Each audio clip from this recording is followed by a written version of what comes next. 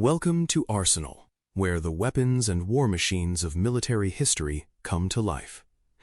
Today we explore the Atlanta-class anti-aircraft cruisers in the Pacific War, and the crews and opponents who gave them their reputation.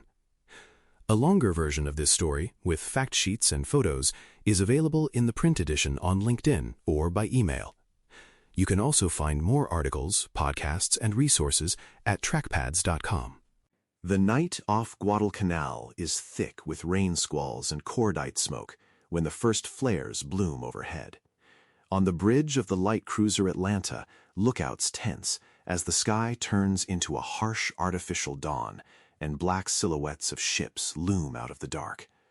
Down on the main deck, 16 5-inch dual-purpose guns are manned, their crews squeezed into cramped mounts with shells and powder cases stacked within reach. They trained to kill aircraft, but tonight the threat is muzzle flashes, torpedo wakes, and ships appearing knife range. Orders crackle through voice tubes and sound-powered phones as Atlanta swings to unmask her batteries. The first salvo goes out in a flat roar, barrels spitting orange fire toward shapes that might be Japanese destroyers or, in the confusion, friendly ships caught in the same dark melee. Radar scopes flicker, optical rangefinders hunt for targets, and each mount becomes a storm of breech blocks, hoists, and shouted corrections. Splinters lash the upperworks as enemy shells find the range. Arsenal is the Friday feature of Dispatch, United States Military History magazine. Above the gun pits, men can see the glow of Henderson Field on Guadalcanal and know this fight is about more than their own survival. If enemy ships break through, the airfield that has cost so much blood to hold may be lost. Other Atlanta-class cruisers and their destroyer screens are fighting similar actions in the dark, ships built for air defense now thrown into close surface battles. That moment off Guadalcanal is one snapshot of a larger story about specialized anti-aircraft cruisers tested in the Pacific War's hardest nights. In the late 1930s, the United States Navy watched air power transform the problem of fleet defense. Exercises and early war reports made one point brutally clear: massed air attack could overwhelm battleships and carriers before enemy surface guns ever came into play. Existing heavy and light cruisers carried powerful main batteries, but their big guns traversed slowly, and their scattered secondary weapons could not fill the sky with enough shells. The fleet needed something different, a ship whose main purpose was to protect high-value units from aircraft. Treaty limits made the design problem harder. Within restrictions on cruiser tonnage and gun size, designers had to fit as many dual-purpose guns as possible on a hull that could keep pace with fast carrier task forces. At the same time, dive bombers and torpedo aircraft made slow or poorly protected ships dangerous liabilities. The answer on paper was a compact anti-aircraft cruiser built around the 5-inch 38 caliber dual-purpose gun, a weapon that could fire timed bursts at aircraft or flat trajectory shells at surface targets. The result was the Atlanta class, officially light cruisers, but really dense, bristling gun platforms intended to sit close to carriers and amphibious groups. Their high silhouettes and crowded decks reflected a simple priority: maximum barrels, minimum compromise. Yet those same traits tempted commanders to use them as destroyer leaders and night-fighting scouts. The design was built to guard the fleet from the sky, but the war would repeatedly pull it into fights against ships at close range. On the drafting tables, the Navy first explored combinations of 6-inch and 5-inch batteries, but on modest displacement, that approach risked doing two jobs poorly. Designers chose a more radical answer: make the 5-inch 38 caliber gun the main battery and trust volume of fire, rapid handling, and modern directors. The first 4 Atlantas carried 16 5-inch guns in 8 twin mounts, arranged in 3 super-firing pairs forward, 3 aft, and 2 waist turrets amidships. Later ships, often grouped as the Oakland subclass, removed the wing turrets to make room for more medium anti-aircraft guns and reduce top weight. At a glance, the Atlanta class was a United States Navy light cruiser designed as both destroyer leader and anti-aircraft escort. A typical ship displaced roughly 6,500 to 7,000 tons standard and around 8,000 tons fully loaded. Crews grew towards 700 as more guns, radars, and directors were added. The main battery of dual-purpose 5-inch guns was backed by light weapons, including 1.1-inch or 40mm mounts and 20mm cannon, plus torpedo tubes on the early ships. Speeds above 32 knots let them work with carriers and destroyers. 8 ships were completed between the first keels laid in 1940 and the final wartime commissions in 1945. Federal in New Jersey, Bethlehem Fore River in Massachusetts, and Bethlehem San Francisco all built vessels of the class. In service, the Navy pulled them in many directions. They led destroyer squadrons, guarded transports, screened carriers, and later stood as radar pickets under kamikaze attack. Every design choice, from the narrow beam to the emphasis on guns over armor, would later appear in action reports that praised their firepower and warned about survivability. Walking the length of an Atlanta-class cruiser meant moving through a ship dominated by guns. The hull was long and fine-lined, with a flush deck and a tall superstructure squeezed between tiers of twin 5-inch mounts. 3 mounts stepped up toward the bow, and 3 more mirrored them aft, while early ships added wing mounts amidships. Around the funnels and superstructure, smaller anti-aircraft weapons filled almost every spare patch of deck.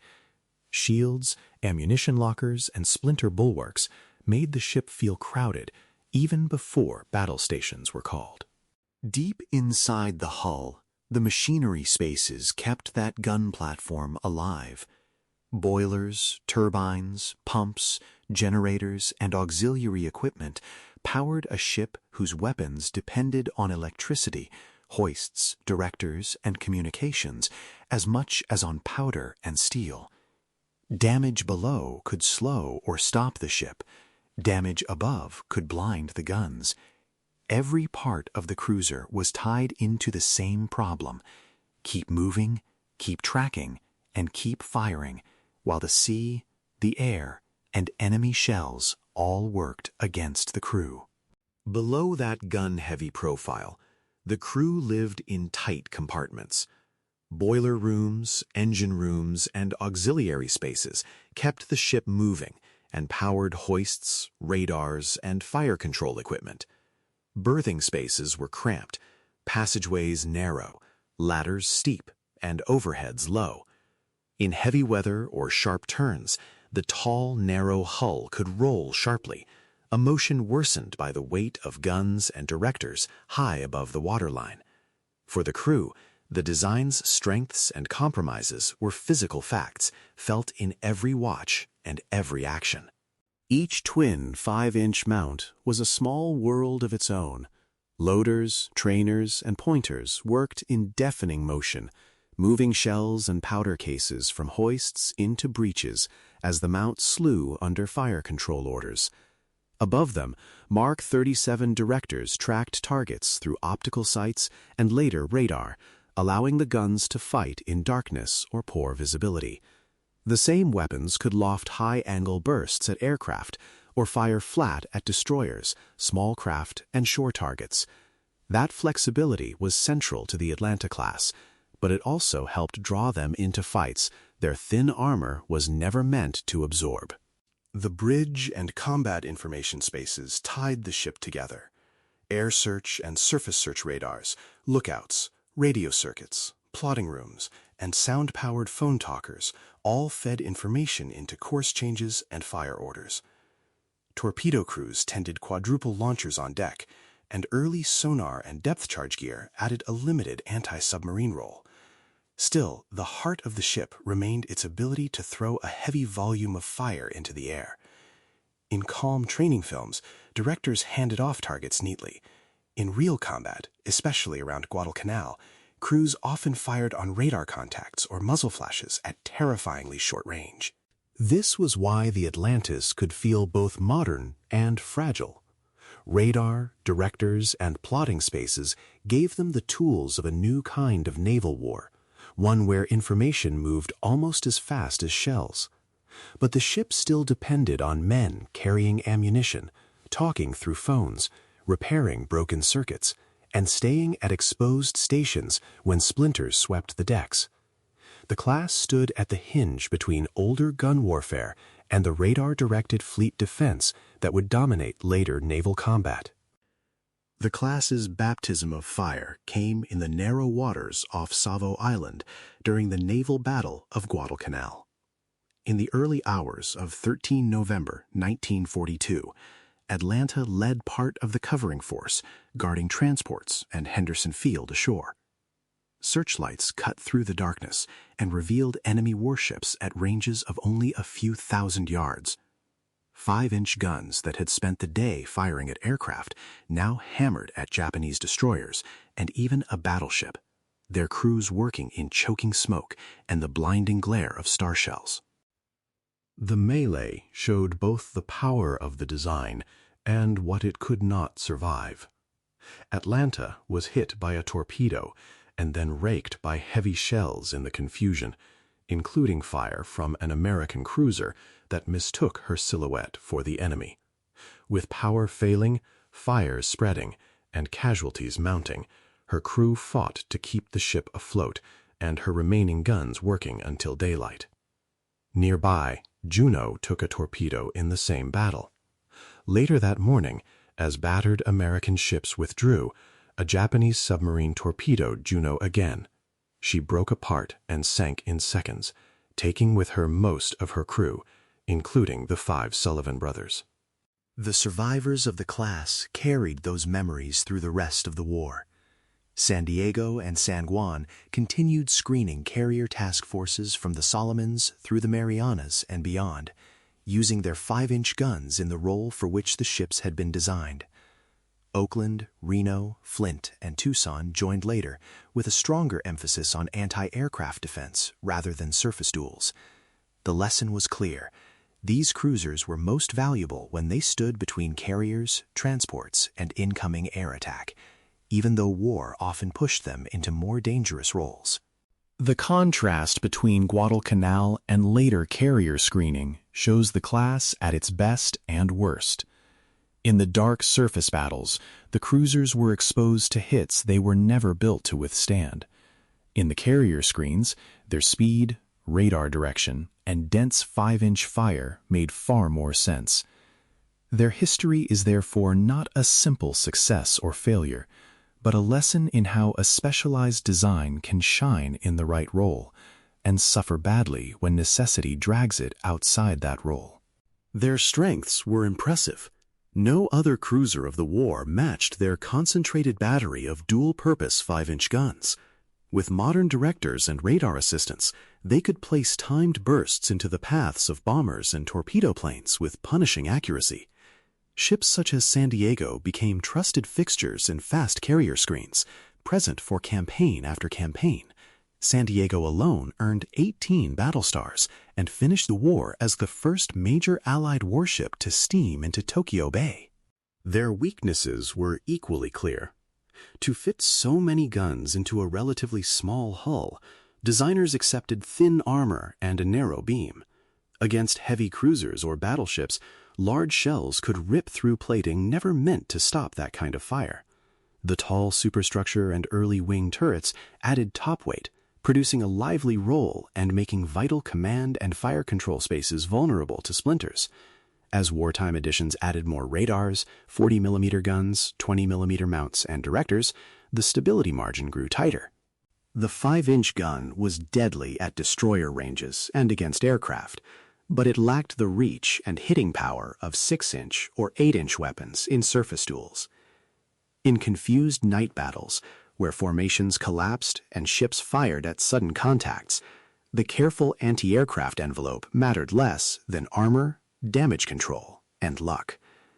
The Atlanta class could be superb guardians of carriers and transports, but it could not fully protect itself when dragged into close fights against larger, harder-hitting ships. Combat experience drove evolution. The Oakland subclass removed the wing turrets and used the space and weight for better close-in anti-aircraft protection, especially 40mm and 20mm weapons. Torpedo tubes became less important as the ships settled into their primary escort role. Radars and directors improved rapidly, letting later ships fit into more sophisticated layered defenses around carrier groups, alongside combat air patrols, picket destroyers, and overlapping anti-aircraft arcs. Those changes also foreshadowed a larger shift in naval warfare. The Navy was learning that the future escort would be judged less by the size of its main battery and more by how well it could detect, track, and destroy incoming threats before they reached the ships being protected. The Atlanta class still fought with guns, but its logic pointed toward radar-centered escorts and eventually guiding missile ships. The class left a larger imprint than its modest size suggests. Together, the ships earned more than 50 battle stars. Atlanta and Juneau were lost at Guadalcanal, but the survivors fought through the Gilberts, Marshalls, Marianas, Leyte Gulf, Iwo Jima, and Okinawa. Their careers helped prove that dedicated anti-aircraft escorts were as vital to modern naval warfare as battleships had once been. No Atlanta-class cruiser survives as a museum ship. The 6 surviving ships were decommissioned after the war and eventually scrapped, leaving wrecks, photographs, logbooks, memorials, and memories. Visitors who want a sense of the class can study the San Diego Memorial or walk other museum ships that carry similar 5-inch dual-purpose guns.